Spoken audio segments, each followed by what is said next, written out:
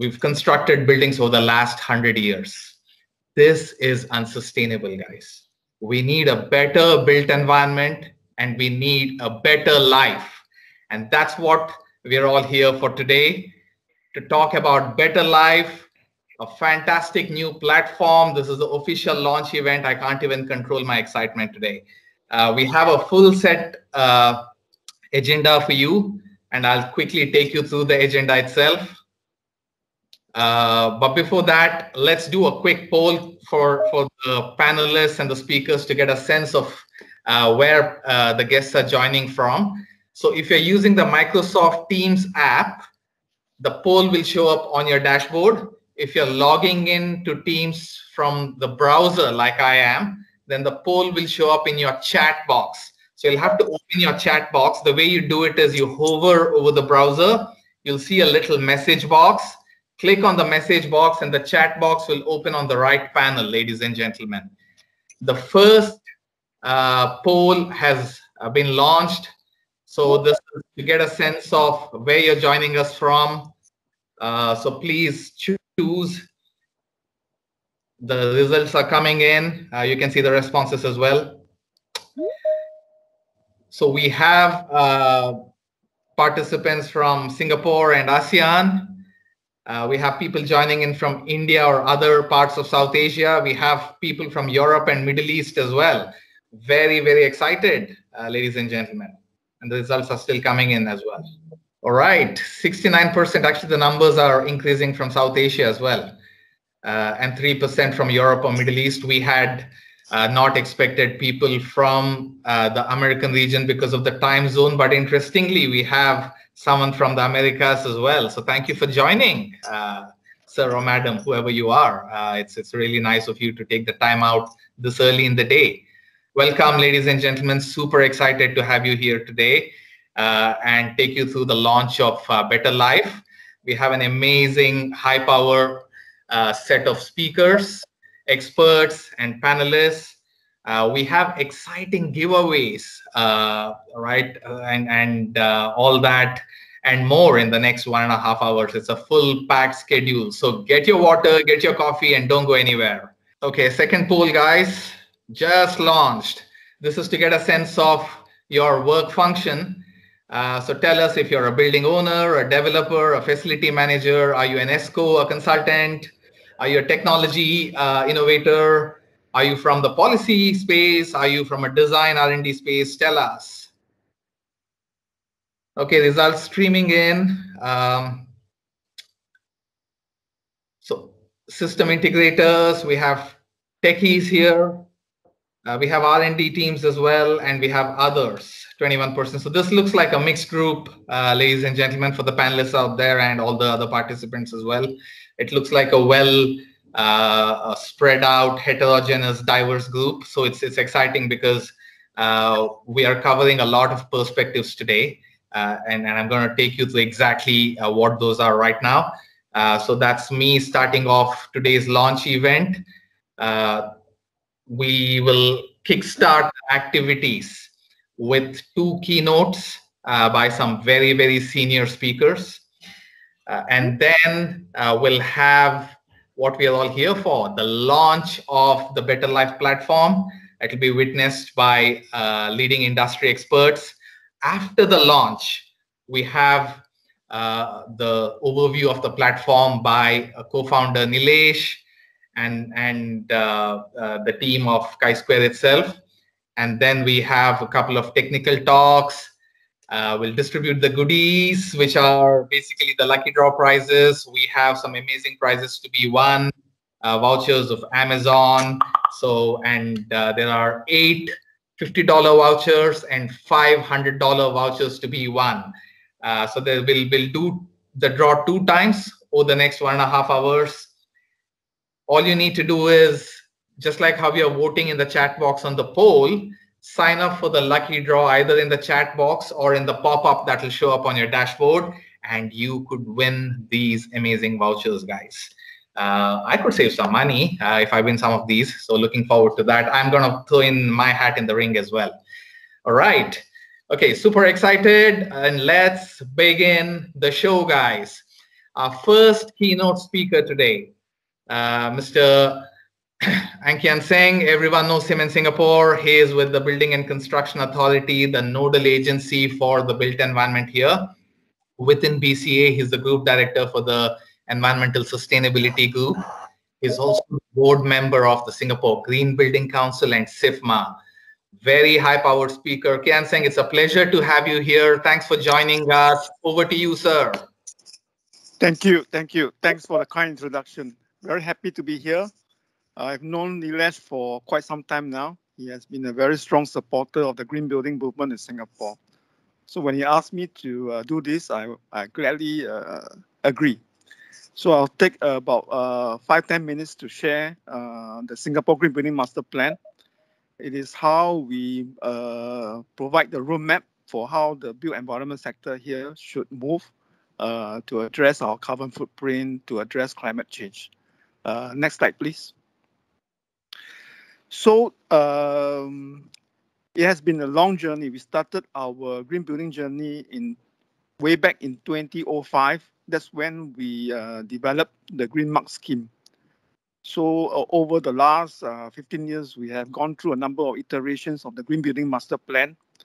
And as you can see from the chart, from the slide, we first started to focus on new developments because that's where we could influence the most in the Green Building Rating 2.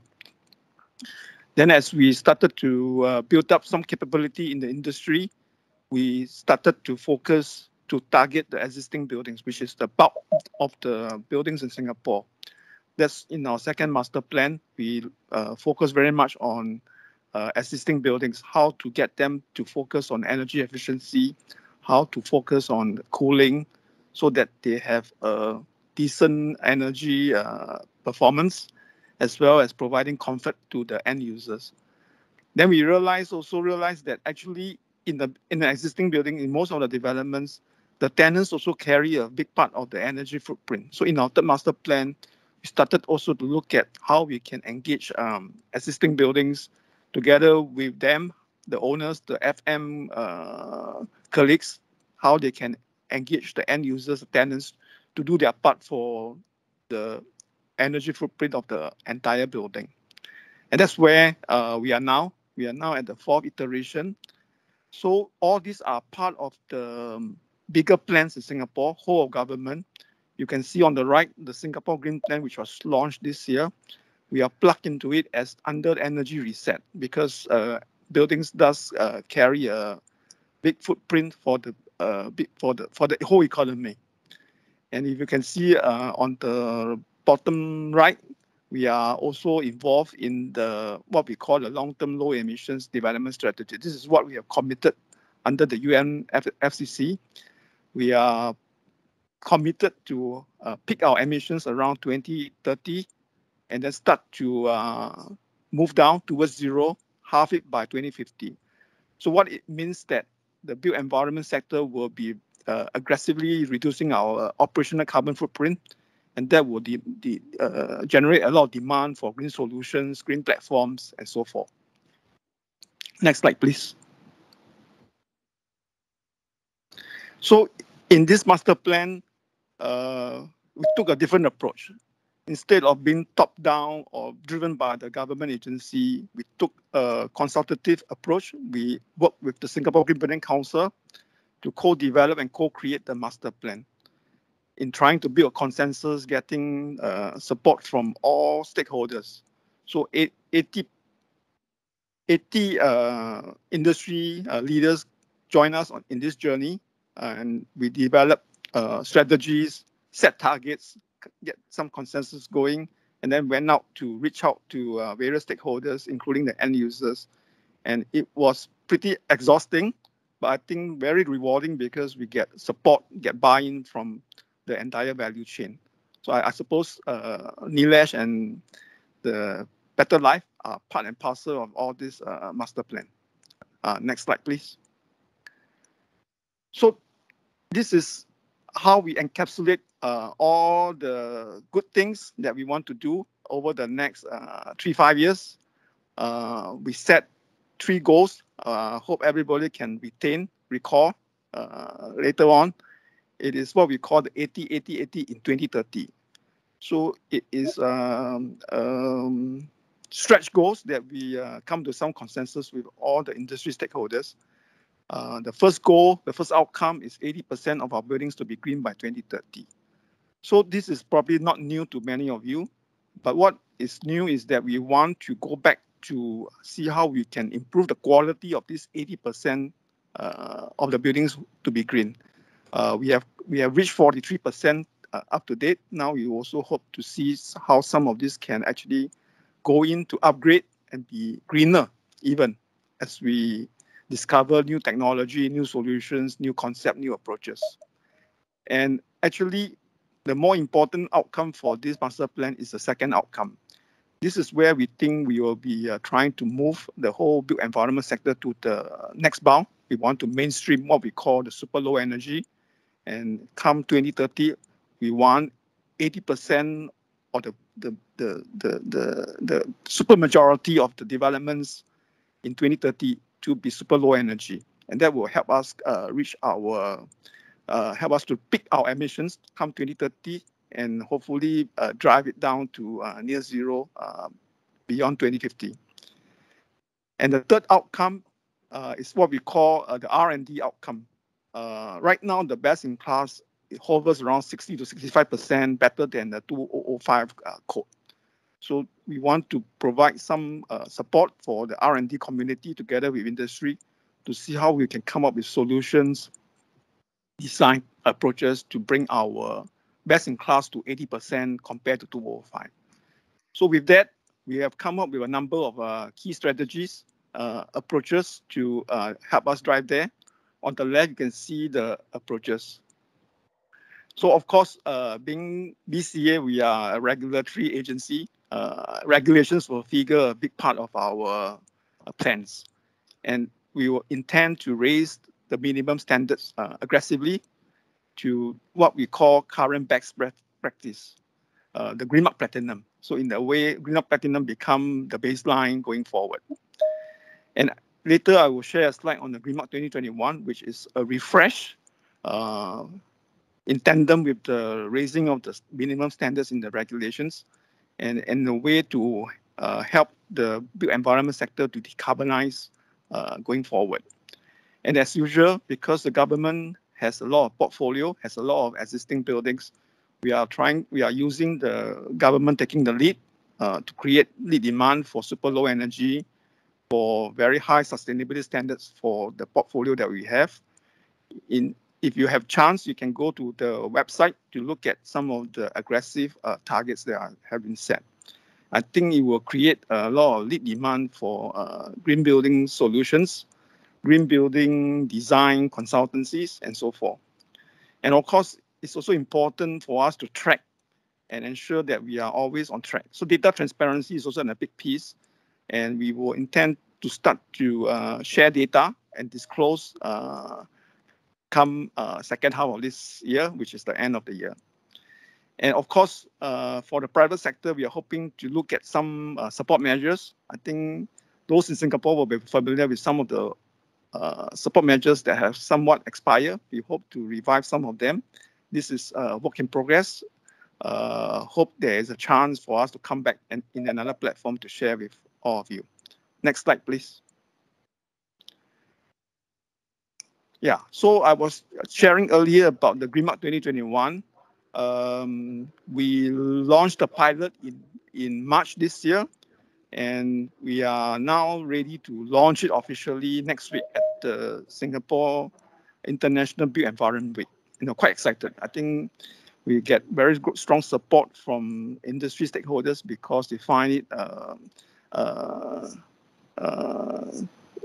interesting and challenging.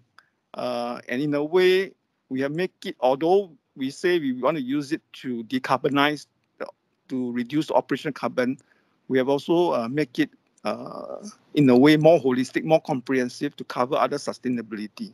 So in fact, there's something for everyone. If you are into nature, you are into well-being, if you are into maintainability, if you are into intelligence, smart, there is a space for each of this. How it works is that energy efficiency would be what we call the main prerequisite for us to drive down operational carbon. But at the same time, we have 5 sections: intelligence for the use of smart ops and solutions to look at other sustainability as well as energy. Then there is health and well-being, HW. You can see below in one of the table. That's where we look at how people can respond to indoor environment, better productivity, and so forth. And as given current situation, COVID, this is a very critical component. So there's also whole life carbon, maintainability, and resilience, which are important aspects of sustainability that has a lot of support from the whole of industry. So I think we're quite excited that with the revised, the refresh Green Mark 2021, it's going to be smart, streamlined, and challenging. So it will be our tool to engage industry in this journey in this green building journey, and as we tackle climate change together. Hopefully some of you can join us again, and we can have that discussion, deeper discussion. With that, I will stop here. Thank you very much. Thank you so much, Kian Singh. And again, really enjoyed your presentation. I do a lot of work in the built environment around the region as well, and internationally. Sometimes we don't appreciate it in Singapore, but our policies here, I think, super progressive, extraordinarily pragmatically planned for the next decade. In fact, I can say our SLE standard, I've never seen it anywhere else. It's, I think, very, very unique and very, very aggressive. Yeah, I think that's a fair comment. Although I've been challenged by many people, how come you're not aiming for net zero? So my response to them is always this: is that we are dealing with a big industry, quite fragmented. You have a very progressive. You have also the broad middle. So what we have agreed with, or what we have come to some landing with the industry, is that we've got to set it relatively high, achievable, but still achievable. So that's why we landed on super low energy as that threshold. But I think as people, as responsible citizens, if we are able to go all the way to net zero or even positive energy, there's no reason why we should just stop at super low energy. So super low energy is just that threshold, and hopefully everybody can really look at it as a climate crisis and do all that is necessary to get to decarbonize. Yeah, thank you. Over. Thank you so much. Thank you so much. What a power-packed start to today's event. Kian Singh, thank you so much. Our next keynote our next keynote speaker is Mr. Vijay Gupta, the CEO of Softtech Engineers Limited from India. Kian Singh told us about the goals for sustainability, and Mr. Gupta will tell us how digitalization can actually help us get there. I don't know if it's okay to share, Nilesh and Mr. Gupta. I also just realized that Softtech Engineers has decided to make an investment into BtrLyf. So congratulations and cheers on that fantastic news. Sorry, I didn't know it was okay to share. I couldn't my excitement. Thank you. Mr. Gupta, over to you. Thank you, Siva. Thank you. And really, it's a great pleasure to be here with the august audience here. Congratulations to the team BtrLyf for bringing in this reformed platform, which can help the planet to really be greener than what it is today. So my name is Vijay Gupta. I'm heading Softtech Engineers Limited. The Softtech's focus is towards digitalization into architectural engineering and construction domain. Let me quickly walk you through the journey of Softtech. We are digitally transforming the construction life cycle. Our products are specifically for architectural engineering and construction domain. We have been serving this industry for the last 25 years with the absolute great success stories at the deep level. Our technology starts with CAD, moving to the BIM and GIS, to enabling the construction, permits, building management, and products and solutions are really a combination of it, brings the real values to the end users. We have always been consistent toward integrating and bringing in latest technologies, and we have brought in artificial intelligence, especially in the space of construction permit, for really identifying the objects automatically and then map to the building control regulations and tell you the deviations if there are any.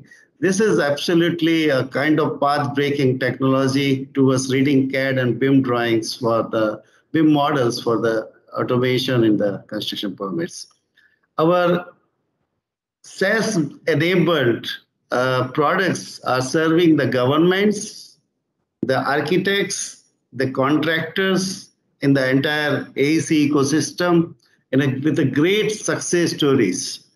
And the offerings now are actually towards BIM-based construction permits, BIM plus GIS-based infrastructure management, and BIM integrated building management system. Can you go to the next? So if I just briefly talk about the achievements of the last 25 years, I would say the most important is we have delivered more than 1 billion square feet of construction permits in India through our applications which are running on the ground. And we add about 1,000 permits every day. And that's a kind of great achievement. These 1,000 permits are granted through the urban local bodies, what we call as smaller or big size municipal bodies, through delivering our solution through a Sept permit or what we call as Auto DCR and BIM DCR. We have automated about 50,000 hectares developed industrial land, which is managed through our applications. And this land covers about 233 industrial parks, which are serving the IT industry, then many multiple industries, which are actually being addressed through industrial development corporations.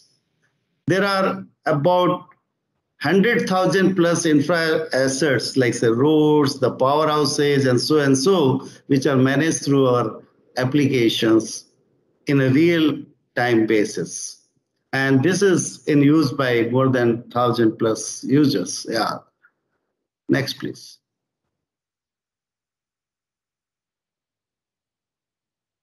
If I talk about, basically, we all know, I think I don't have to talk too much about BIM. And when I talk about Singapore and BIM, they are kind of very deeply penetrated because I think Singapore is the first country in the world which has actually brought in BIM in practice in construction industry.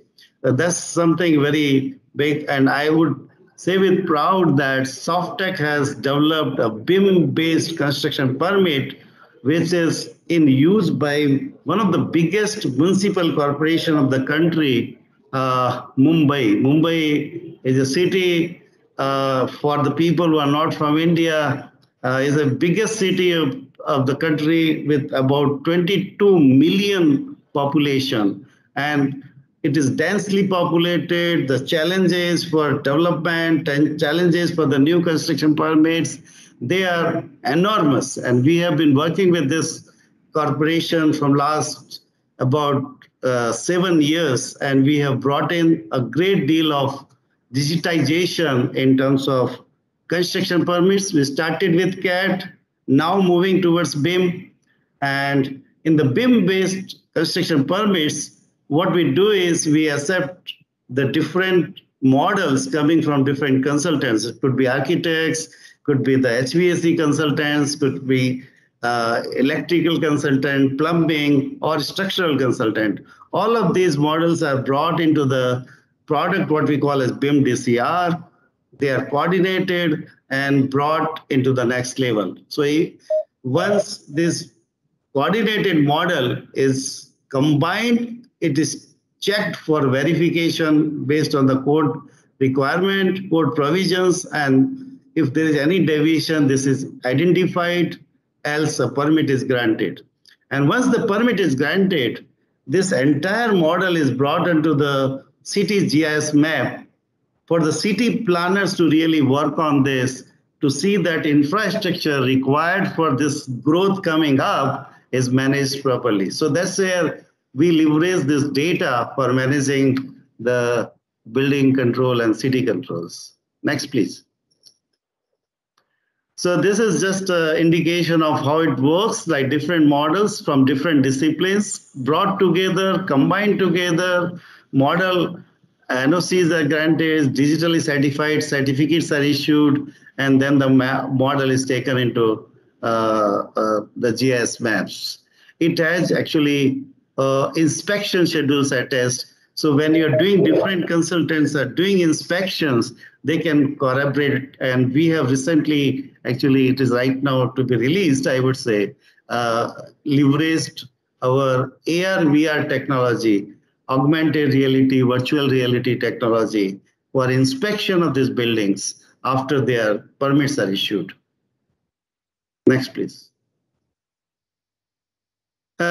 If I talk about the challenges with the industry face today, and I am sure all of our August audience is very well aware of it, is there is a lack of process in the industry, though it's the biggest GDP earner, and we have actually been employing significant amount of people into this industry, but the processes are unfortunately too less in comparison to industries like mechanical and aeronautics and so and so.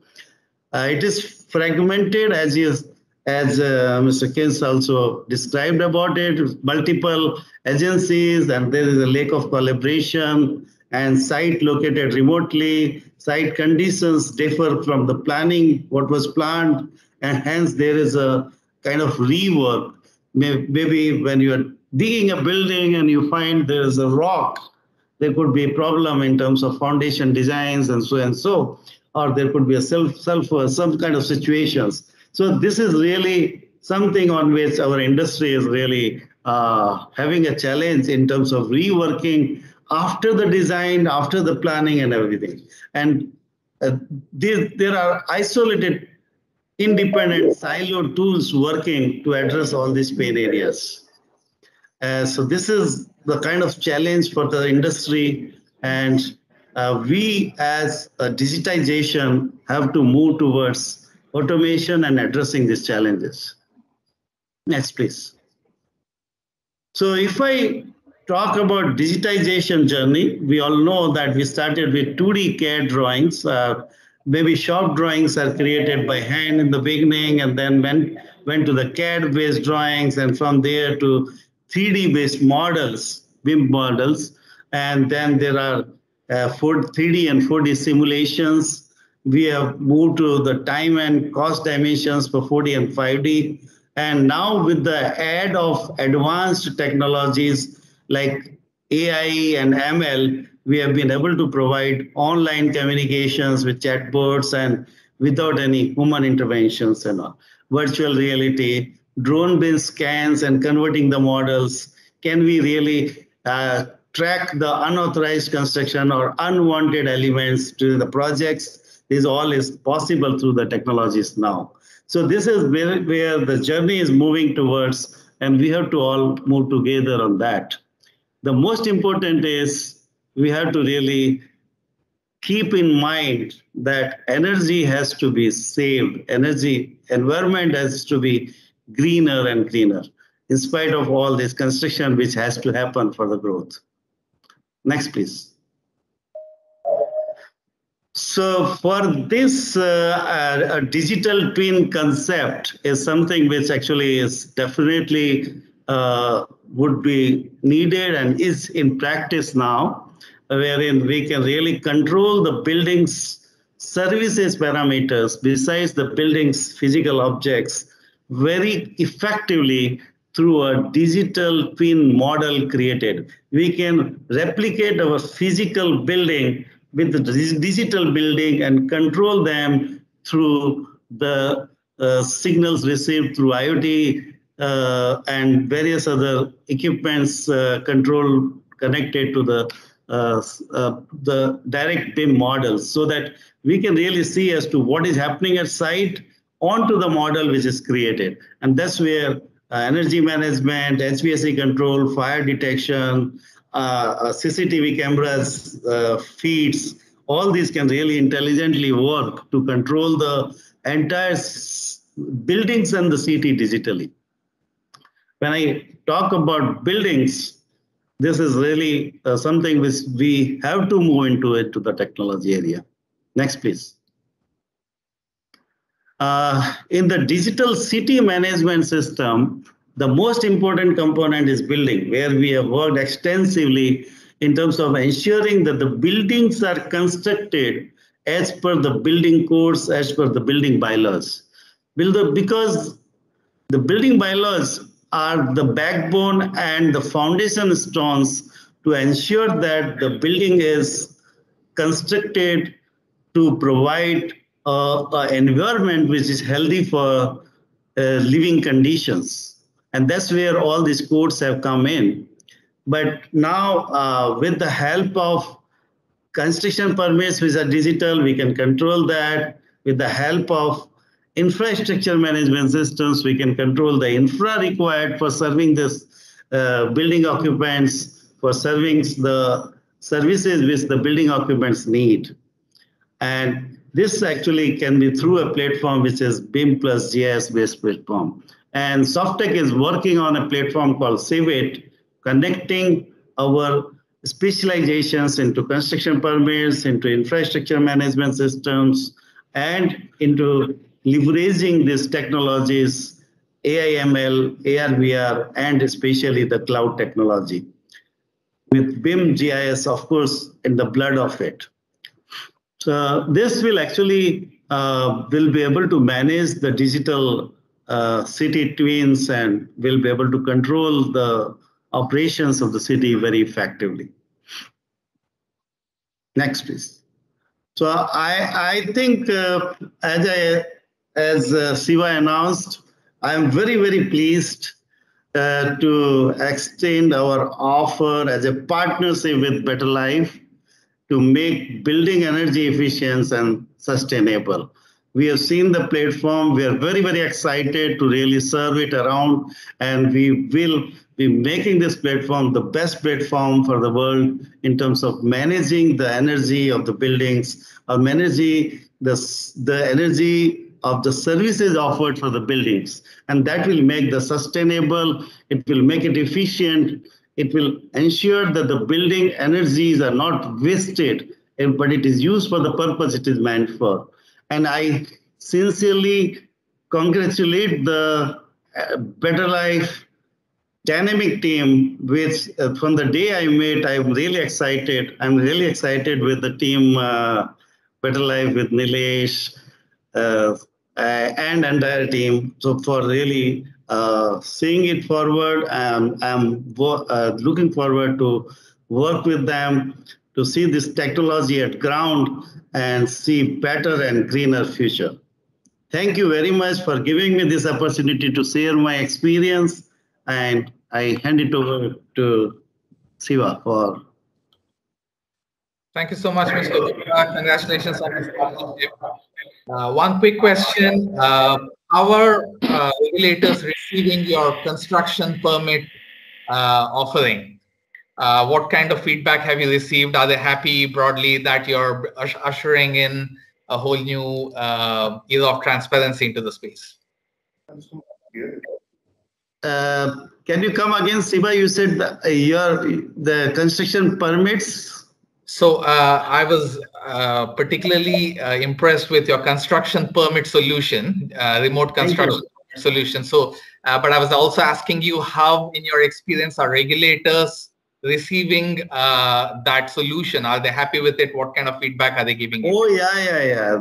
Absolutely. Of course, I would say the journey is really very challenging. And as you know, like, they are diversified. Different buildings have different regulation sets, different disciplines and all. And we started the journey from 2005 onwards, I would say. So it is really a very, very complex area. But now it has become kind of a de facto standards. Not only agencies, now the architects, the consultants have really been appreciating, the building owners also, because there is a huge level of transparency. And about transparency, there is no human intervention in terms of identifying relevant building codes. Yeah. They can really see as to how and what is the reason. If there is any deviation identified, this reason is very identified within few minutes and indicated to the stakeholder for corrections, and with the reason of what and why this is not approvable. So with this, I think I'm sure agencies, the authorities are very happy because they do not eliminate or by mistake also omission of rules are not done. And then the architects and the owners are happy because they get the entire report at one point of time. Fantastic. Thanks.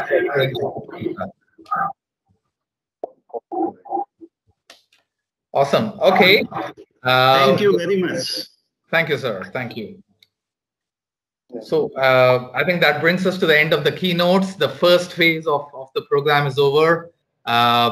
We were having some issue with the lucky draw. I don't know if it's working now. Nilesh, do we give it a shot or do we postpone it to later? We have to postpone it to later, unfortunately. No worries. Okay, thank you. Okay, let's head to the next very, very important item on our agenda, the launch itself. So this is the moment we are all here for, the launch of the BtrLyf digital built environment ecosystem. May I request the following people to turn on their cameras to witness the launch, please. Kian Singh, I can already see you. Thank you for that. Mr. Gupta, can you turn on your camera, please? Nilesh, you're on as well. Rupesh Umtol, can you please turn on your camera? Dr. Sanjay Kutan, are you there? If you can turn on your camera, please. Mahesh, are you there? Can you turn on your camera, please? Awesome. So we have these amazing 6 people witnessing the launch of the BtrLyf digital built environment ecosystem. History in the making, folks. Let's go for it. Nilesh, over to you.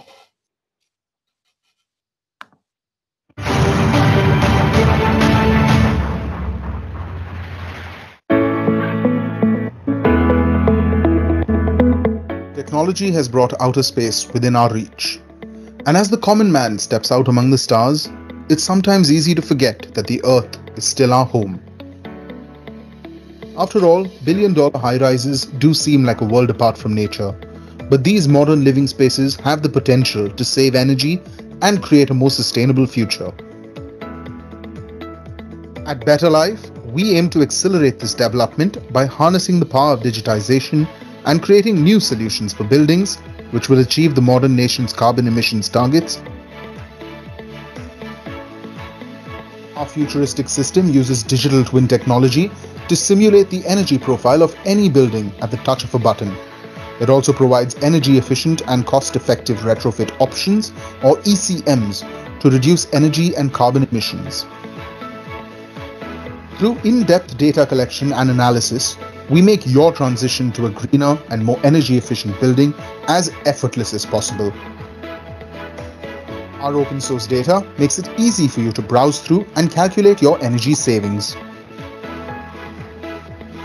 So whether you're looking for energy carbon analysis, technology fit analysis, retrofit advisory, building green assessment, or financial analysis and tech due diligence, it's all available at your fingertips. Our comprehensive research guides also allow every stakeholder to achieve energy-efficient build environments across the globe for decades to come. To begin your journey towards a more sustainable future, get in touch with us today for a free demo.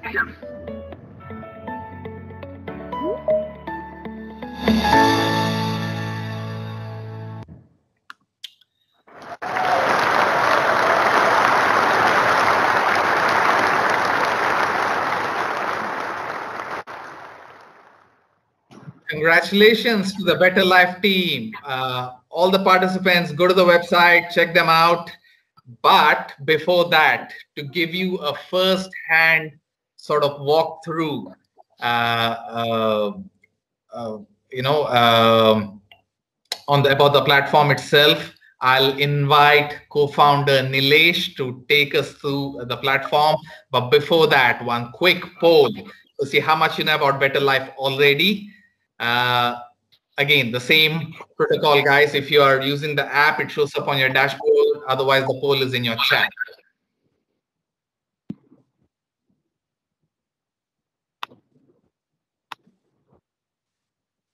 How much do you know about the BtrLyf platform, guys? Do you know it very well? You have some idea, you've heard about it, you've no idea, or you're here to know about it?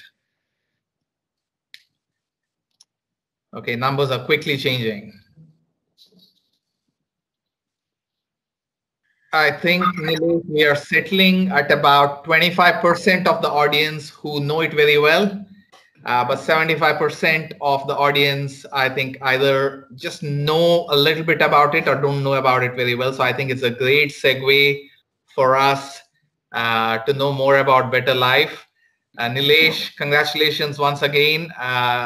Ladies and gentlemen, Nilesh Yadav, the co-founder and CEO of Chi-Square Private Limited and the BtrLyf digital platform. I've known Nilesh for a long time now. Very passionate, very, very committed about sustainability and about green buildings. Has a tons of experience in this space. Nilesh, over to you. Congratulations. Tell us more about BtrLyf, please. Thank you. I hope you're able to hear me okay, everyone. Personally, I would like to thank all of you who are joining here today to experience our launch, and also to the launch witnesses.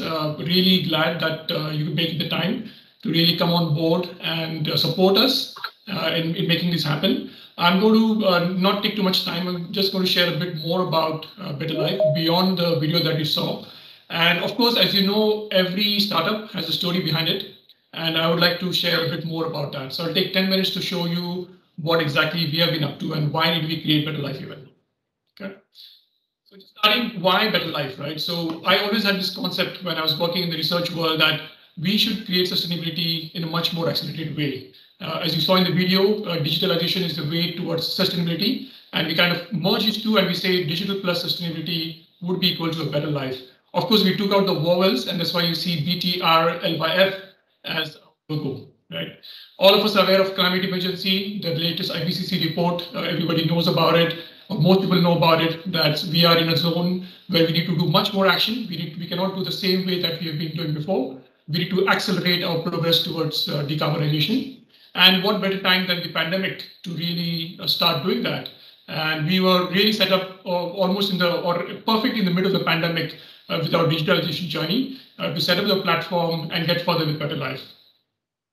So who needs BtrLyf? Why did we create this? So I think we have a proposition that every green project execution needs BtrLyf.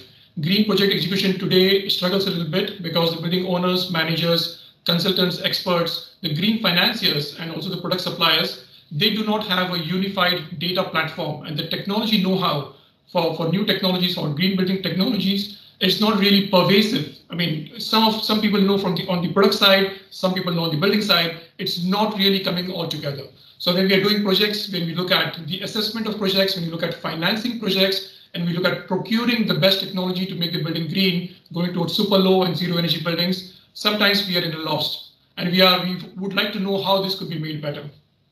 So what we are proposing is to have a option for doing it digitally, right? So enabling the sustainable co-creation of solutions and a digital collaboration to our platform. This has been the technology that I've been working with when I was with the Research Institute earlier.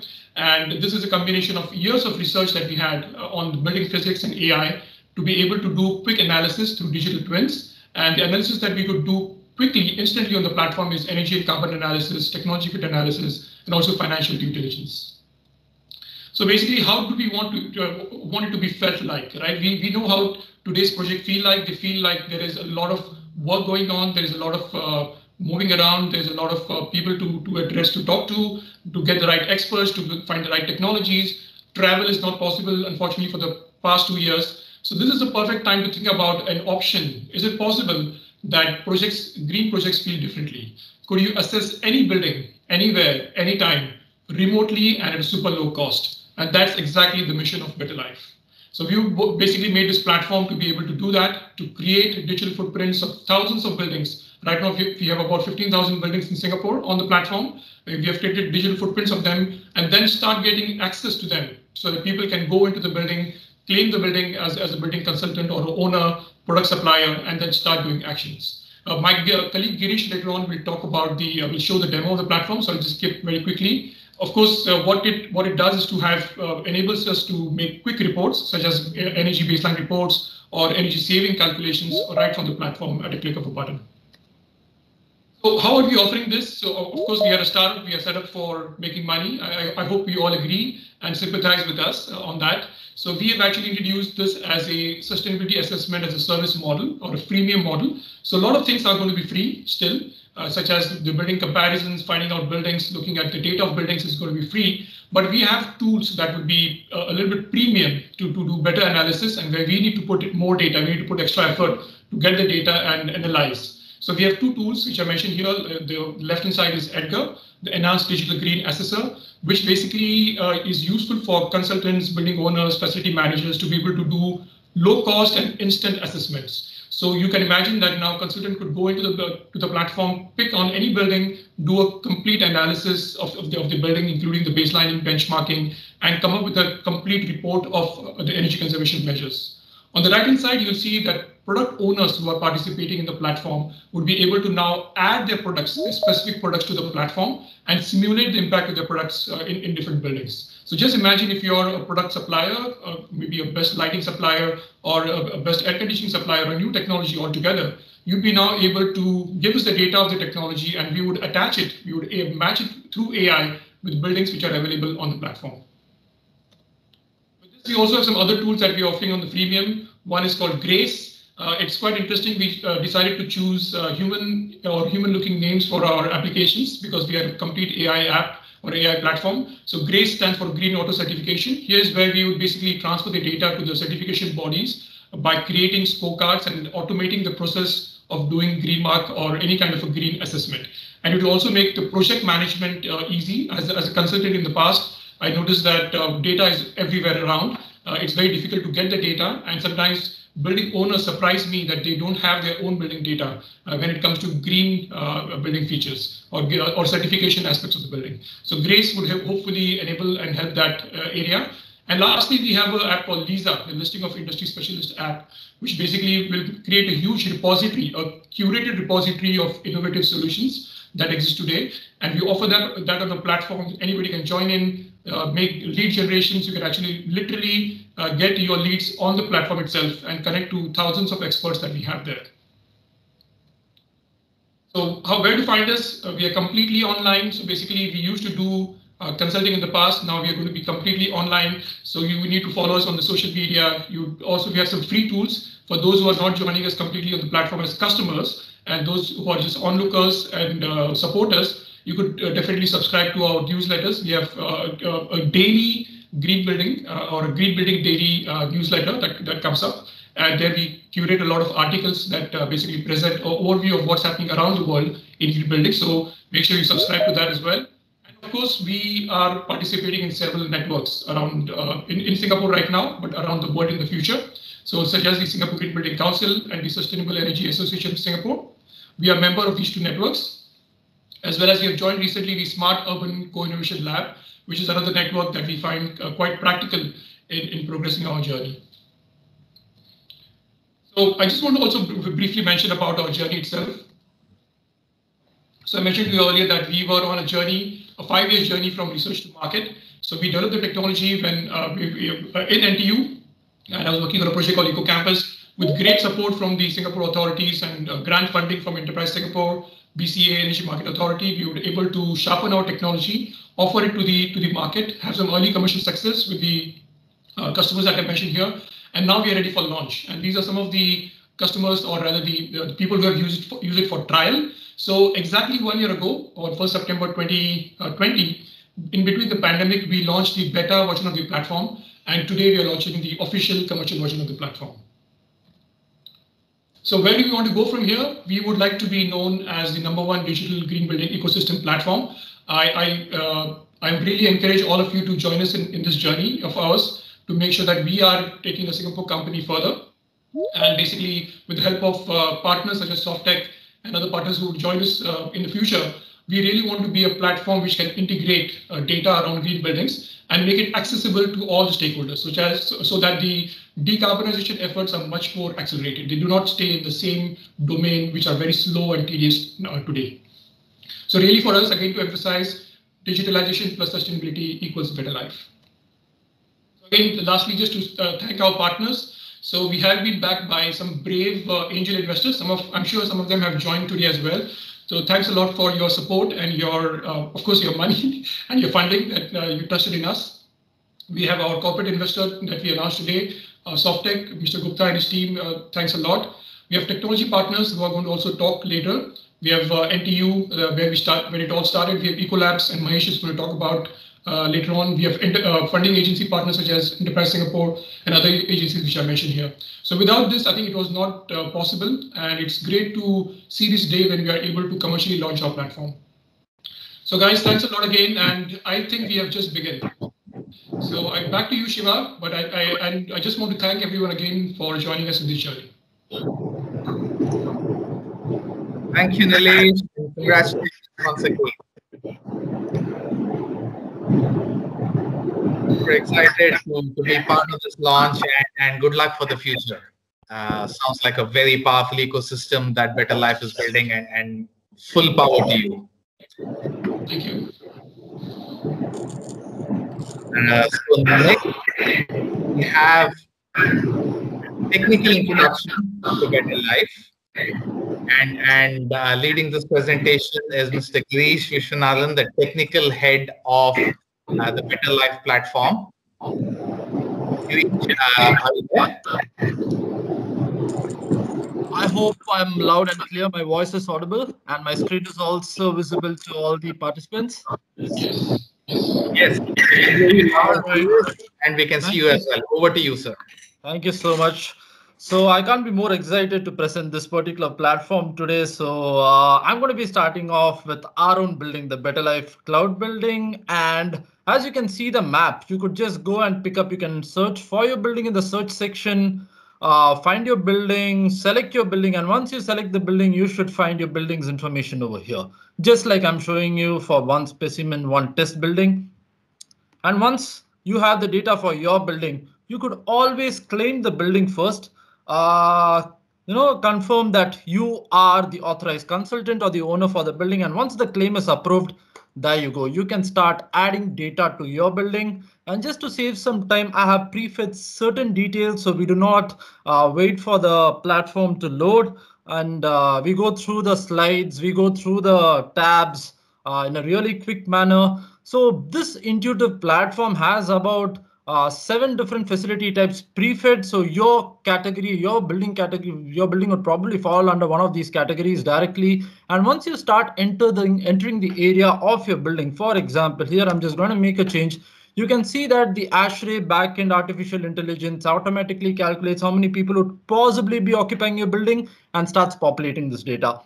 You could also feed in the data of your parking. And once you do this and move over to the next tab, which talks about your tariff and how much you're consuming on an annual basis, you could find this data very easily with your facility manager. It's available on many open source databases. So just pick up that data, fill up, and very quickly you could confirm as to how many days a week you're working, what are your working times. And once you feed in this data, you could very quickly go on to the next tab, which is the construction. And just using some very basic visual inspection and historical data available with your building, you could pick up the details such as, what's gone into your building's envelope, what is the kind of glass that you're using, what is the kind of roof finish, what is the kind of skylight in case you have one.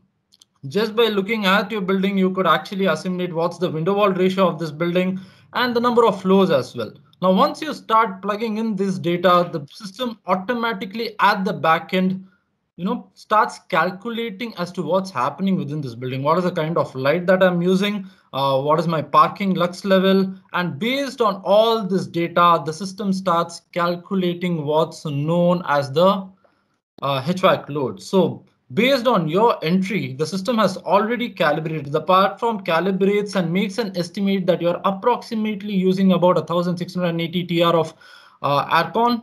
And in case you have the details of this aircon, in case you're using multiple systems, you can add the data of these multiple systems, what type of air conditioners you're using, whether it's water cooled, whether it's air cooled, what is the COP, from what time to what time it operates.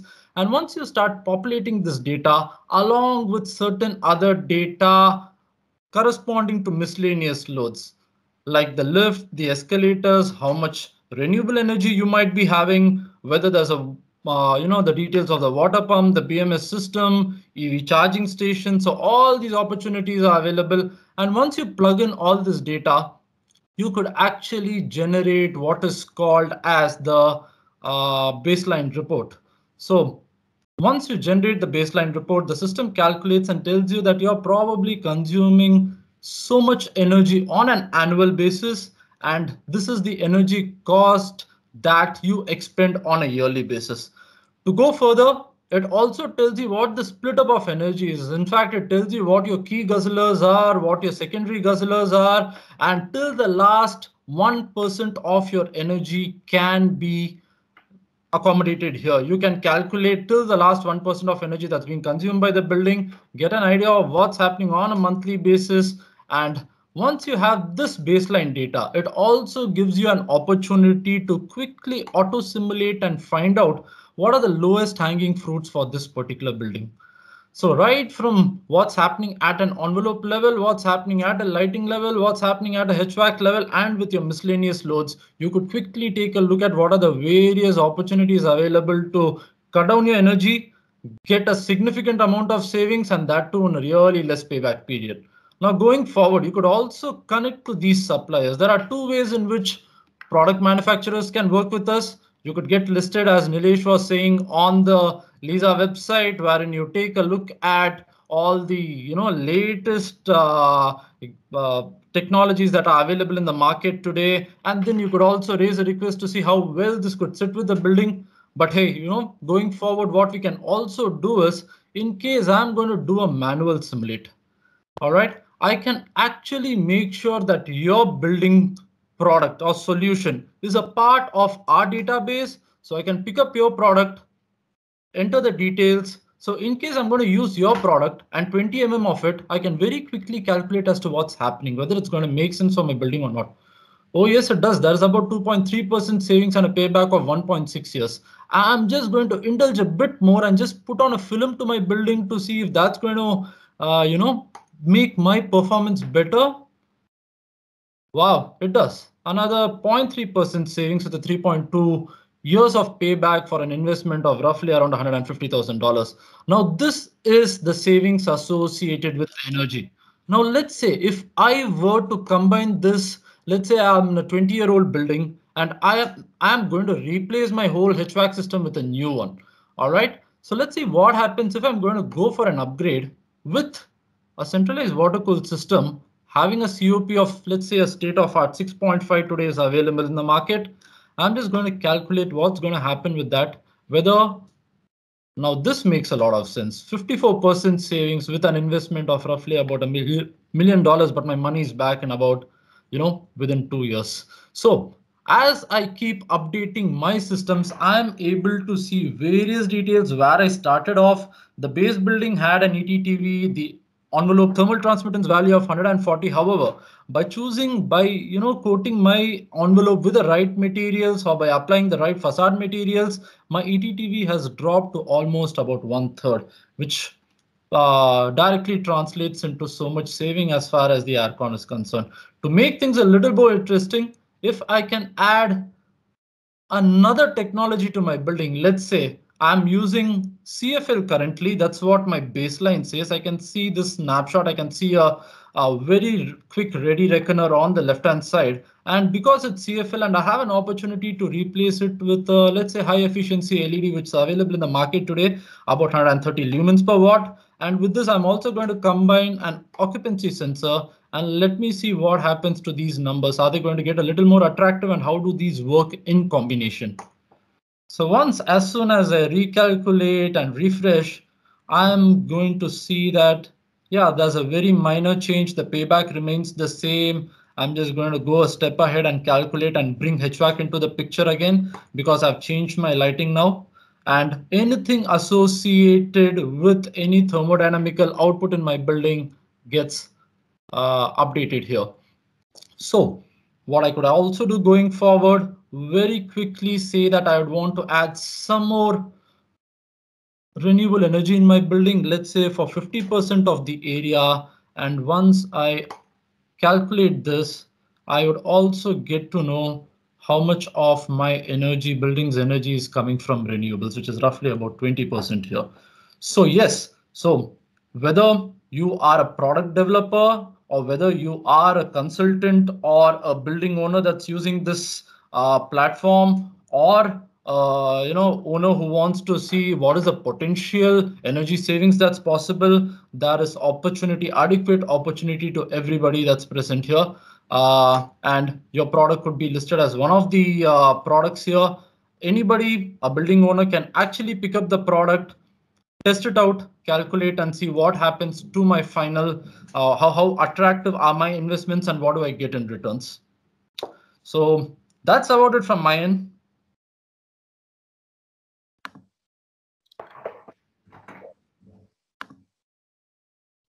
Thank you so much, Girish. Really enjoyed going through the presentation. Particularly impressive is the predictive modeling. Nilesh, I also loved the names. Edgar, Lisa, gives a very human touch to the AI engine running in the background. Lovely, lovely. Congratulations once again. Very exciting tool. I can actually immediately in my head see the possibilities for a wide range of stakeholders to benefit from the platform, whether you're a building developer, you're a technology provider, you're a regulator. I think it makes life better for everyone. Fantastic stuff, guys. Superb. Okay, I don't know if the lucky draw is fixed. I'm actually Okay.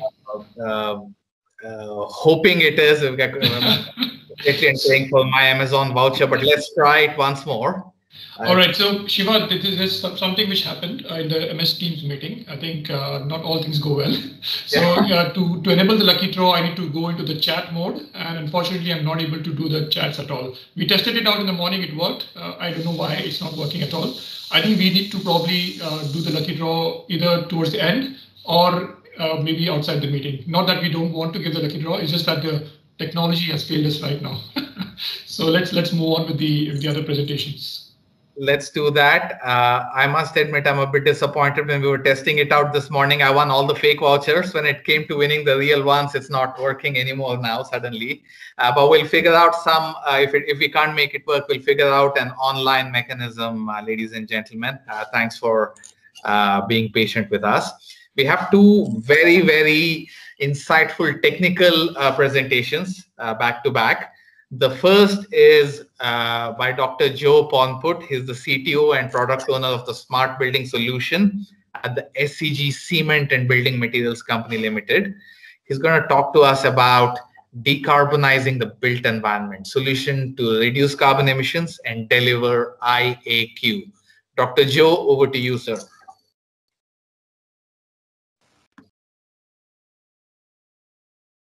All right. Okay. Thank you so much, everyone. I would like to introduce to you about the solution to reduce the carbon emission, and also at the same time we can deliver the better indoor air quality.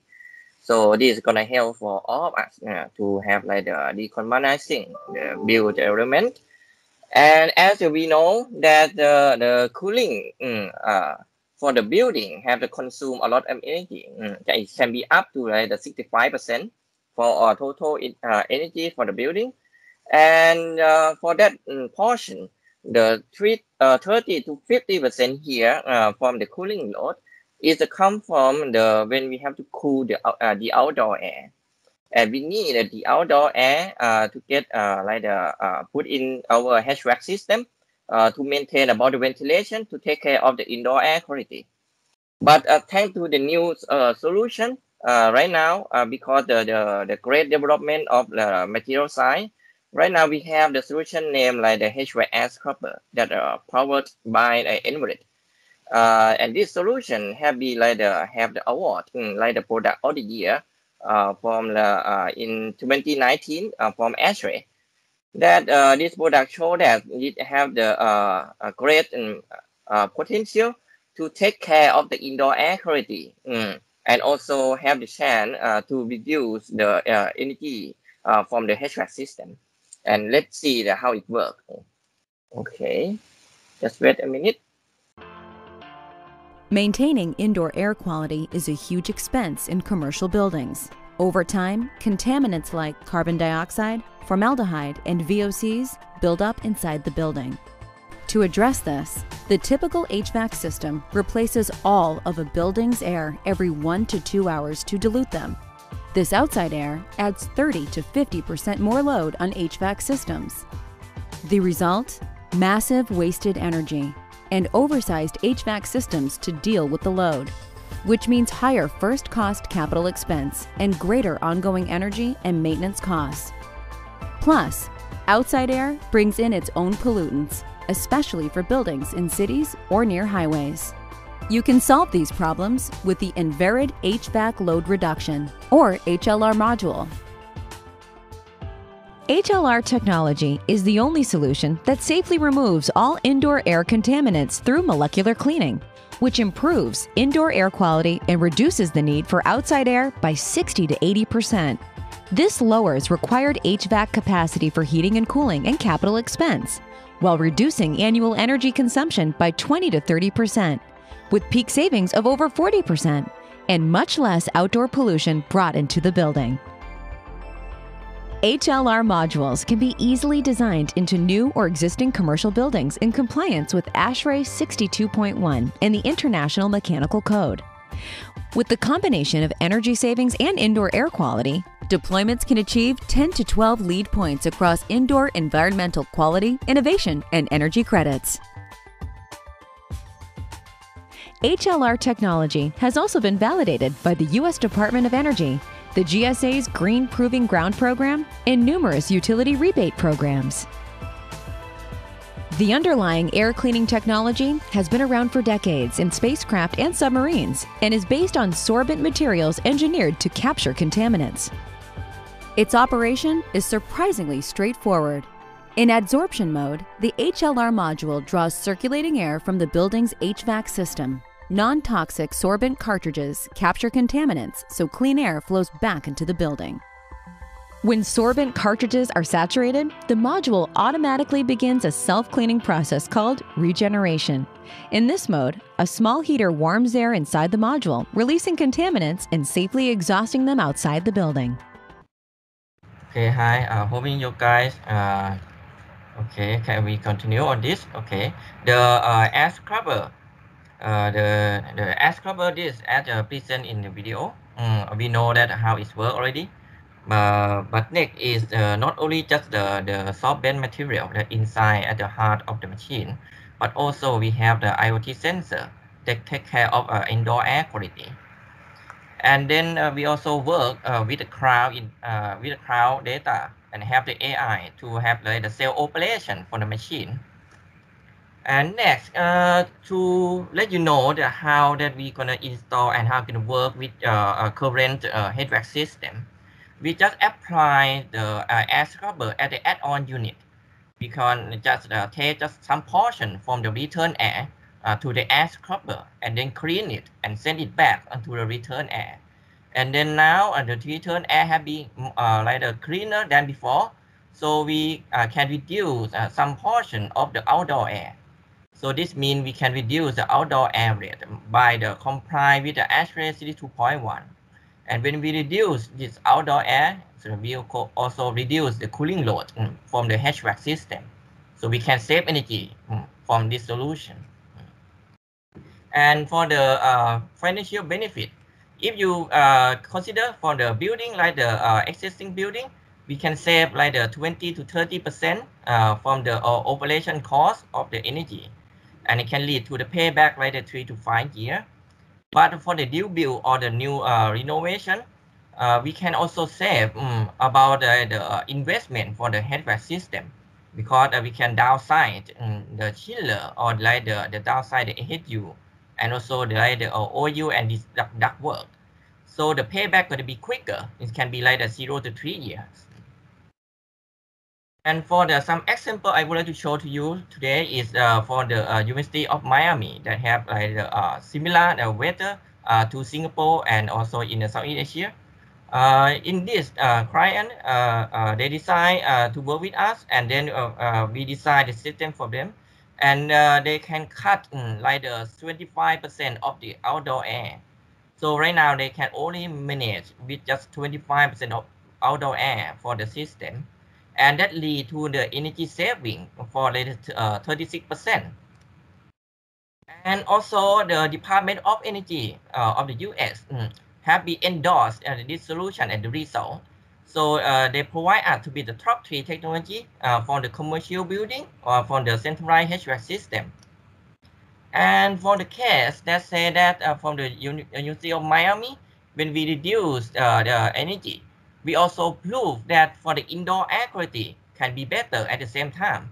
So you can see that before using and after using, the TBOC can be reduced, the carbon dioxide can be reduced very much, and also the formaldehyde. So right now the market acceptance for this solution have been go bigger and bigger. They first start from like almost 7 years ago in the US market, and right now it's penetrated to the Europe and also the Asia. And we hope from the Singapore and also Thailand from the 2020 it's going to be more acceptance from now. And this is the exact example from our great client like the Google, like the Harvard University, University of Miami, and also in much more that we just named a few here. And as the end of the page, I would like to summarize to you for this solution that we think is going to be good to decarbonizing from the our society. And this is a solution for the air scrubber that can help you to reduce the cost of the energy and the cost for the investment to when we for the new build, and also improve the clean air inside the building, and also can challenge and have the more score on like the green building or even other certificate. And hoping you enjoy this, and this is the decision from the ACG is okay, and you can contact here from the ACG International Corporation. Thank you.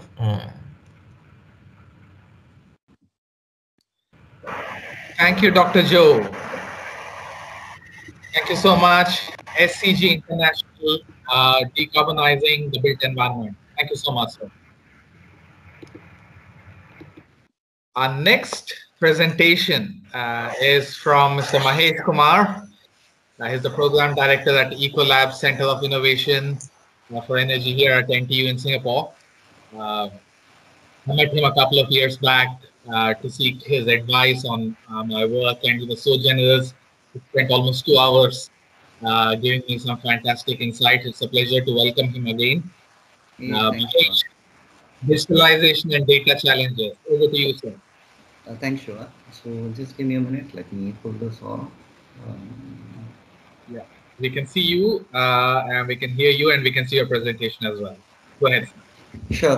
Thanks. Good afternoon. Thanks, Shiva, for this lovely introduction. Let me first thank you, G-Square team and BtrLyf team for this wonderful launch. I think I had the wonderful pleasure to be with Nilesh from the day the idea manifested to a reality, and then soon to create impacts. I wish BtrLyf much more success in years to come, and what a better term to keep BtrLyf. So at any point in time, we're always looking for better opportunities. So thanks, Nilesh and G-Square for having me today. That said and done, I have a particular role, and thanks again for inviting.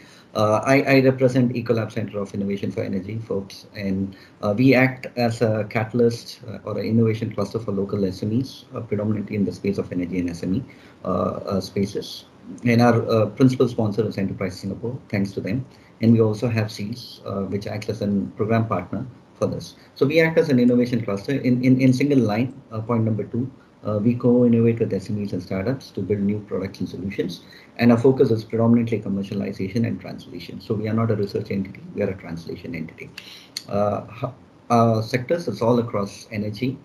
So we do spread across the entire energy, thanks to our parent institute where we come from, which is the Energy Research Institute at NTU. We piggyback a bridge layer between both, and we focus only on commercialization. What we do in one single slide, the point number 1, 2, and 3, we call ourselves as translator. There's a significant challenge when it comes to translating deep tech technologies. So we do direct innovation with local SMEs and startups. We do roughly around 15 projects directly. We use our resources to help them. Thanks again to G Square, where we have this wonderful partnerships going on since inception, which is to try and commercialize it further and further. We also focus on doing pilots and test bedding, which is of significant focus to us. We do, and not many people would know that one of the principal program with Nilesh shared, Ecolabs is an extended version of the Eco Campus, is to take it out and do test bedding in the real world. So that's the translator. We also have a hybrid function, which is to look at startup and commercialization. The point 4, 5, and 6 is principally working with large companies, working with investors, and working and building a startup ecosystem. In short, we are a hybrid of innovation capability building and business capability building. Just to give context, I'll quickly dive down into my presentation, which will be largely on data. So I'm sharing some of the examples which we are doing. We are currently building a data platform on decarbonization, which is to aggregate buildings data not only from Singapore, but also across the globe, because we do realize there's a significant challenge when it comes to algorithm-based efficiency solutions. They are not benchmarked. So we are building a so BtrLyf absolutely complements with some of the perspectives they had shared in terms of what the platform complementing features are. We are also looking at building cooling as a service, which again we could leverage with BtrLyf in near future, which is to change how the aircons are maintained. We principally don't have a best maintenance of residential aircon units, and during the life, the energy efficiency is significantly different than when you buy. And not many people would know that during the life, the energy efficiency could have a significant dip, which could be seen in your utility bills at the end of the month. So we are actually trying to change this space. We also have digital platforms and how building environment, especially how Girish was actually sharing how you could simulate. And it's so interesting that if buildings become multi-energy sources, how do you actually design them? When then multiple energy sources are going to feed in, how are you going to make it more carbon neutral? I hear the keynote speaking SLE and hopefully zero buildings. Then how do we go about it? So this is an optimization platform. Thanks to Nilesh again, they also have very strong optimization capability. So this complements well. And the most important layer, which we're also seeing in the commercial building, is in the non-intrusive side of the load monitoring, which is behind the sub-metering side. So we are engaging with startups and SMEs in this space. We also create spin-offs.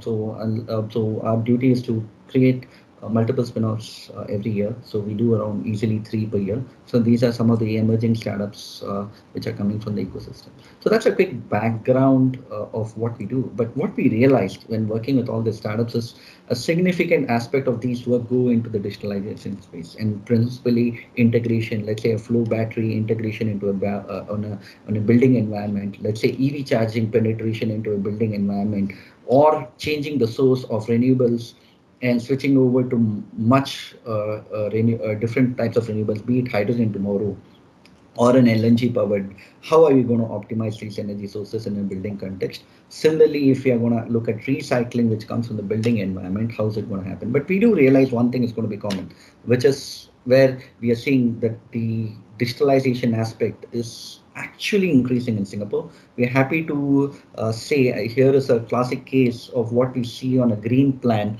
I'm going to take just one single line on the whole thing. Reducing energy consumption, which is point number 11 under the energy reset in existing HDB towns by 15%. And I know for sure that the tender for energy efficiency and smart homes is coming up in the market. Similarly, point number 5, Jurong Island, where we are looking currently, thanks to ESG and JTC, they have called for an innovation challenge on decarbonizing. A big portion of that is principally going to have not only deep tech, but a system level solutioning. We have realized that more and more system integration is largely digitalization efforts. And we are just probably at the starting point where we are seeing more system driven platforms, platforms like BtrLyf and so forth, which are going to make us more smarter and smarter before we handle these assets. I would still say energy industry is still at a tipping point when it comes to digitalization, a long way and a lot to be built in.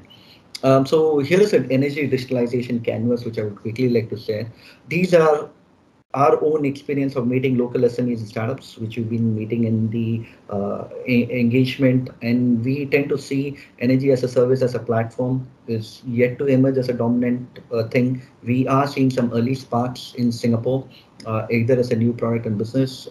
We are seeing virtual audit thanks to BtrLyf, be it Grace, be it Lisa, be it Edgar, and several other platforms which we have, and even with a strong optimization, digital twin modeling, and determining energy conservation might be a very principal layer on which a lot of insights would be drawn. We are seeing virtual audits becoming quite dominant thanks to regulations as well.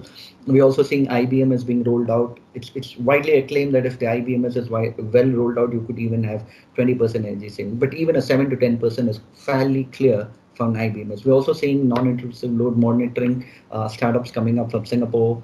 We are seeing VPP's early presence, virtual power plant, which is largely to do with renewable integration and having flexible contracting of power. We are seeing early sparks there. We're also seeing some transactive platforms coming up. I'm sure that many of you would already know, if you could open up your SP utility buildings, you can actually virtually buy RECs and offset your utility, and it's quietly available. And it's these are early signs of how digitalization would pick up. So that's similar to there. Similarly, we are also seeing companies like Envision, which are getting into decarbonization platform with the buildings master platform, where you could literally offset your carbon and so forth. And it was widely publicized. These are very exciting space as we see in Singapore, especially as we speak in the energy digitalization aspects to it. But taking that and then converting that into a smart building opportunity, I thought it's better to discuss when it comes to business models. Here are top 20 business models which have been widely invested. The source is largely Traction, which is one of the largest startup database aggregation platform. If you really see energy management system in industry, thanks to this current COVID, the word decarbonization, energy management has picked up hugely in the industrial context. If you could say the building energy management system is still a very strong dominant model which you see in this space. We are seeing demand response management picking up, which is point number 10. We see 20, which is load disaggregation, which is quite an interesting use case, which is picking up in the business. So it's quite an active space, and the investment in the space has not been low. We have a very significant investment trend globally, both at seed stage all the way to growth stage, and even having unicorns. We're not running short in the space, and this space is going to grow, given Shiva said that more than 2/3 of the buildings is yet to be built. The future looks bright, and the more the regulation comes in, more these models would be maturing in. Just to set a reference example of taking these opportunities, are we trying to do something, and is there any particular data challenges? So I'll probably draw some insights into it. Here is a classic reference example. I'm not going to name the client. This is one of the major hospitality sector. A typical, we were a bit surprised that the energy footprint was, energy intensity was roughly around 300 kilowatt per square meter. Anybody in this space would know that's significantly high. And we are looking at 50% reduction. And here is a typical waterfall chart without the BtrLyf would look like. And with BtrLyf, you could actually get more precise understanding of what these new technologies would. So it's a very interesting effort which BtrLyf is doing here. And I've just highlighted things in the green, which has a very high digital context to it. And that makes you question, it's not about digitizing it, but there's more to this, which I'm going to share in the next few slides. Here is a classic example of what we are trying to do. This is how a commercial building might look. This is our own lab. And you need to disaggregate behind the meter to understand not only how the airflows are managed, not only how the lighting loads are changing, not only understand how the appliances change, not only understand how the occupancy changes. So it's very important to start with the grid architecture itself and the energy architecture and redesign in such a way that you have a better understanding on how energy is going to be managed in future. Because we are only managing assets, but what we have not understood is users interaction to the energy assets, user interaction to the building. Can these be well understood in future? Can the design of buildings change? And for that, you need data points. And right now, the data points which you create is at a minute asset wise. But moment you go to an information, an asset, it's a different type of a challenge which you're looking at. So we are trying to build a platform which could actually create per person, per footprint, per cubicle, what could be an energy and a carbon footprint. And it's an ambitious experiment. And so this is one classic case where we're seeing what could happen in a commercial building with the rise of eco office, with the rise of all the banks, all the major trading hubs wanting to build eco offices and make it eco-labeled thing. This is going to become big and big. It's accountability. Imagine then you're doing a carbon offset and you don't know exactly whether your carbon is excess or less because you're only doing one scope, but you're not doing the other two scopes. So that's going to be a major challenge when it comes to this. So this is a classic test case to invite companies to do real-time monitoring, not only on the space, but also on the appliances. We do see there's a very significant difference when we actually do a base energy rating, which is a tick mark, from actual energy rating, even on a simple monitor level or a laptop level. If it is just around 38 kilowatt hour, imagine the number of laptops sold worldwide by a particular brand is not thousands, it's in 50 millions. And these are not nudged, these are not measured, and it's going to change in a commercial context a lot more. So it's very important that what kind of data we ask. It's not just about creating digital footprints. Then the next question is what data and in how do we see it contextually. So here is what we are facing, some of the challenges, given that we are saying Nilesh did pointed out in his speech that data does not flow, it gets ring fenced.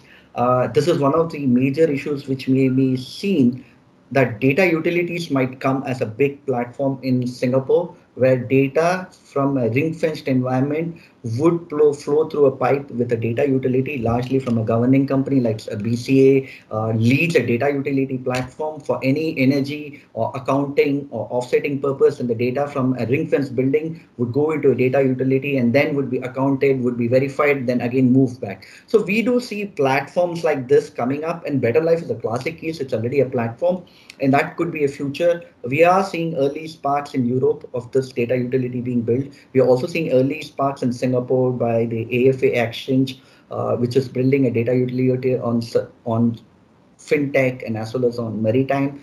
We would see buildings also getting into a data utility platform, because the problem is aggregating it faster. And if you aggregate it faster, the insights for these things would be a lot more different, and the solution could be better optimized.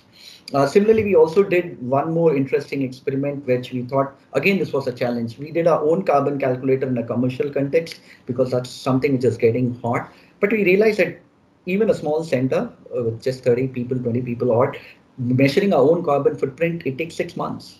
Imagine a large company. It's going to be insanely complex. We tried doing this with, let's say, some of the leading expo centers or Marina Bay Sands, and we are trying to discuss with several audit firms. We do realize one of the biggest areas about data aggregation, scrubbing, and storage. So data imputation becomes the next big challenge when you try to do a digitalization initiatives, like what data, what structures, and how do you classify and label. And it calls for a different question now. It calls for relative higher accuracy. So digitization becomes the one layer, but then the next layer is you're trying to nudge and make it more accurate and more precise, make it more disaggregated and more measured to a particular person. So these are different gradations of how data and a building environment is going to change. It's not just going to be a platform. So the big dilemma is very simple. We do see how Singapore has grown big in terms of digitization. Digitization is creating digital footprint. Digitalization is going further and optimizing it. But transformation is completely changing the way business. Even Singapore on digital transformation is slightly different, but you're also talking about sustainable transformation happening at the same point in time. But if I have to draw this insight with ASEAN, it's even more challenging. And Singapore becomes an example in these cases. And imagine more buildings is going to come, then we could become a very interesting data hub, a data simulation platform, which could then act as a guiding footprints for more buildings coming up in the ASEAN region. So that's the first big gap is between digitalization and transformation. It's not same. And the kind of questions which you ask, digitalization is more operational. If you really understand the data pyramid, digitalization is more information and insight. Digital transformation is top tier. So as data moves in, if you just have a temperature data compared to, let's say, a cluster of temperature data over a city, the insight keeps changing. That's when the utility of data would be questioned. We also understand it's famous. If you know Peter Thiel, one of the leading investors, currently the sustainability challenge and the risk are so high that we are not living in a normal world, right? We are living under power law. So 10 events could have a knockout effect, period, done. And then you could constantly have tremors of new events happening in. This can't be handled ad hoc with events. This needs much more careful understanding. This needs buildings to be resilient, data needs to be flowing. There has to be a cross-exchange platforms so that we know how to respond to this. So this is going to be another major issue when it comes to data. And finally, we all we are seeing is the more you actually create a footprint, let's say a chiller with 10 data points to a 50 data points, the kind of insight starts flowing in. And then you start seeing more in connection with operation, in use, and also the rate at which as is being exchanged, right? And if you create more data, the first thing you start realizing that everything gets interrelated. And your knowledge becomes much more wider. So what we have seen is taking an old asset standalone as an old economy model. The new economy has to be systems driven. We are a bit surprised that the big companies of the world like IBM and Microsoft are getting big time into this space because they do realize systems might be the future when it comes to energy. Similarly, we don't see competitive advantage just because you have a data and you think you will be competitive advantage, and if you don't share, we also think that may not be the future when it comes to building. So cooperative advantage might be the future when it comes to Singapore. Similarly, closed data, we are seeing early sparks. As I said, data utilities might become much more important on the long run from a governance, from a target meeting point of view when it comes to sustainability. And knowing Shiva, he's been working on circular side. It's not only what goes into the buildings, what also come out of the buildings. Is there an angle to look into it? So when you're looking at data footprints, just not what goes in, what comes out and how it gets utilized matters a lot. So we are looking at a world which is more circular, not linear. And finally, I think system thinking is at its peak, and this is going to change how we look at data. So in short, I'll conclude saying this famous quote from Warren Buffett.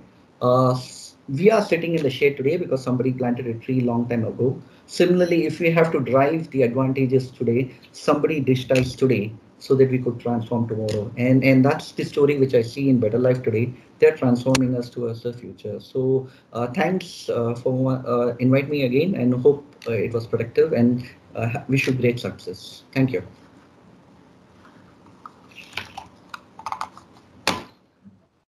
Thank you so much, Mahesh. Wonderful presentation. I loved the example of the client who saved on energy. Amazing stuff. I have one complaint though. About 3-4 years ago, I would tell clients in the space, hey, they are the energy guys. We are the circular economy experts. Yeah. It's like everyone is encroaching in each other's space, and the energy guys are now saying, hey, we do circular economy as well. So we'll have to come up with something new now. Absolutely. Relevant. No, thank you so much, Mahesh. Wonderful presentation. I think we've got the lucky draws working. So just stay put, ladies and gentlemen. We'll have the lucky draws. But before we get into that, may I invite Mr. Rajpal Chowdhury, the founding partner of AGP, to just say a few quick words, please. Rajpal, are you there? Yeah, thank you. Hello. I think it was a very informative for me and my team. We are hard asset builders. We don't understand the software side of things, but it was so insightful to see such an amazing amount of tools that are available to make our life quite simple and easy. And I think and that's the power of, I think, the ease of the way you have built this setup, and we are going to be the biggest beneficiary. I think we are going to implement in most of our buildings. We are building warehouses, data centers, and offices, and I think this whole interface of technology, make it easy, is a very valuable tool for us. And we are a renewable energy developer, and understanding using this tool to marry renewable energy to the built environment is a very interesting aspect for us, and I think we should congratulate Nilesh on doing such a wonderful job. And we are based in Singapore and would be happily involved in commercializing this more and more so that it can become widely available to a lot of other users like ourselves. Thank you. Congratulations. Thanks so much, Rajpal. Thanks for the kind words. Good to see you. I know Rajpal, I think a few years ago, we met a couple of times in a couple of discussions. So good to see you again, sir. Awesome. Nilesh, I don't know if we got the lucky draw working. If not, then we will do it over email. No, we got it working. So if you could just bear with me. Okay, sorry guys. So I think we are now, Rajpal, firstly, thanks a lot for sponsoring the draw and for your kind words. We really appreciate you coming in, looking at the first time to the platform and being able to appreciate that. So I think that's really helpful to us, and it's very encouraging for us to be able to know that. So I think now it looks like the voice has stopped. Let me just go with the lucky draw, right, guys? Awesome. So again, if you're using the app, the lucky draw pops up on your dashboard. If not, please go to the chat box, and all you need to do is to say that you're in the lucky draw. Basically, you're expressing your intention to participate, and if you get selected, then you basically get your Amazon voucher after just fulfilling a few requirements of signing up on the BtrLyf platform. Okay, it should be on now. You should see Yes. the lucky draw coming up in the chat or as a pop-up. So I see it in the chat box, and I'm trying my luck as well.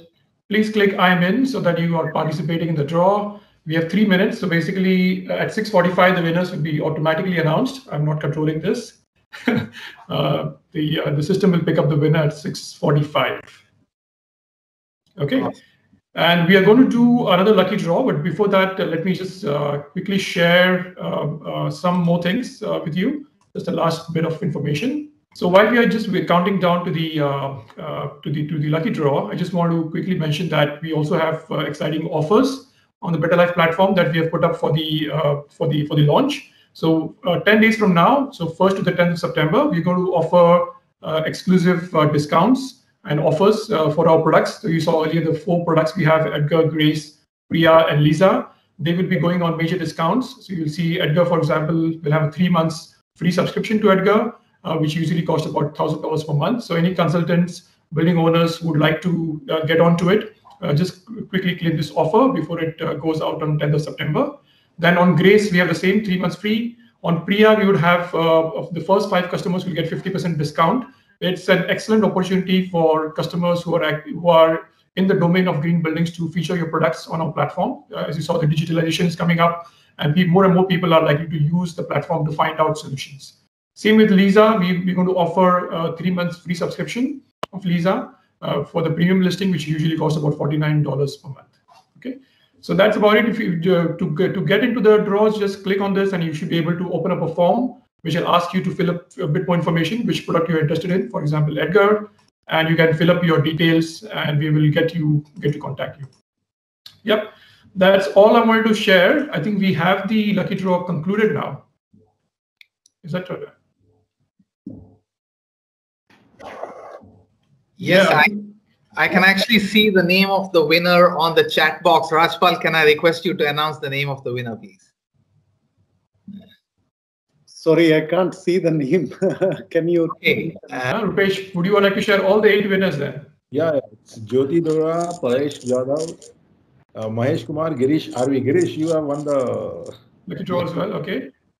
John, then Milin Chavan, Heman Khadse, okay, Tekmasa and Yuachi. These are the 8 winners. Wonderful, excellent. So we will do another lucky draw, which is a bigger one, which is $100 vouchers. Just bear with me for just a minute. I'm going to set that up right now so that we all can participate. And before we say bye, it would be probably good to leave with $100 in your pocket, right? So let's aim for that. So I'm going to keep it a very short window.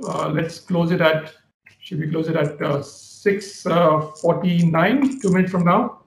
Yeah, and we have basically we have 5 prizes for that. So 5 people could win $100 each. Okay, and then I'm going to send it out now. So you have a minute to basically participate, and a minute after that, the winners will be announced. Make sure you click on I am in. I am also clicking it. I also want $100. Okay, I think that's great. People are joining in. We'll be waiting for just a minute or two.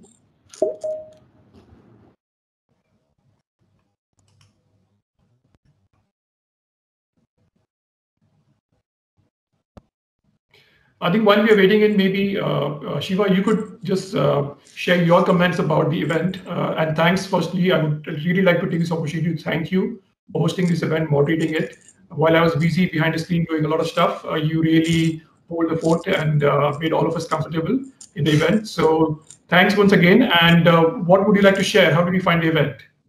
No, it's my pleasure, Nilesh. I'm really thrilled to be part of this whole history in the making. I hope BtrLyf becomes a massive unicorn, returns fantastic money to your shareholders, but also therefore make massive impact on the built environment globally as well. That's the new way of doing business, make money by doing good. And I think BtrLyf is a great example of this new business models that we're all trying to forge. So super excited to see how BtrLyf progresses and contribute in whatever small way I can, Nilesh. Congratulations once again. All right, thanks a lot. I think by now we have the winners of the launch as well, of the lucky draw as well. So Rupesh, I think you have the most information. You see 5 people? Yeah, so the first winner is Mr. Muthukrishnan. Okay, he's from our Mumbai. Okay. Nilesh, you have one, so I think we should, give it a No, I'm reverting it back. Oh my God. Then Mr. Devansh Jain, Avinash Heber, Anantaraman, and Tekmasa is again, and UHE is again winner. So the repeat winners for both of them. Oh, nice. Okay, so somebody got $150. That's good. We're happy for them. Congratulations to all. Great, wonderful. Thanks a lot. I think that was the lucky draw was just a try. We had a little bit of problem with the app in the beginning, so finally we figured it out. It's system generated, so we don't know how it gets picked. So I think we are at the end of today's session. I really again would like to thank all of you who joined here to witness this launch. We really made the platform possible so that we could help and serve the building industry through digitalization, which has to happen. Like what Mahesh also concluded, it is a matter of time, and the people who are the early entrants would actually get the benefits of it, but also bring the benefits more to the society. So with that, I would give the last word to Shiva, and if anybody else wants to hang around after this, feel free. I will be happy to turn on your camera, and then we can still have a chat. We could have a casual networking after this. Shiva, last words to you. Well, thank you, Nilesh. In fact, I was hoping I would throw back the last words to you, but you put me in a bit of a spot. But no, but this is awesome. I really enjoyed being part of this launch event today. Congratulations to the team. Really excited to see how the building stock existing as well as new greenfield projects actually take advantage of the BtrLyf ecosystem and join the connected world. In general, the built environment and the agriculture sector have been the least digitalized compared to, for example, automobile manufacturing and so on. But actually, it's just exciting that innovators are now focusing on these two somewhat laggard sectors and ushering them into the digital and sustainable clean revolution. So very excited. A big thank you to all the participants who joined today. Super excited to see the future of the BtrLyf platform and how we all can have a better life through the platform. Thank you so much. Thanks a lot, Shiva. Okay, I think with this we can close today's meeting and the launch event. Thanks again, everyone. I think we can't really clap and get each other heard, but thanks for attending.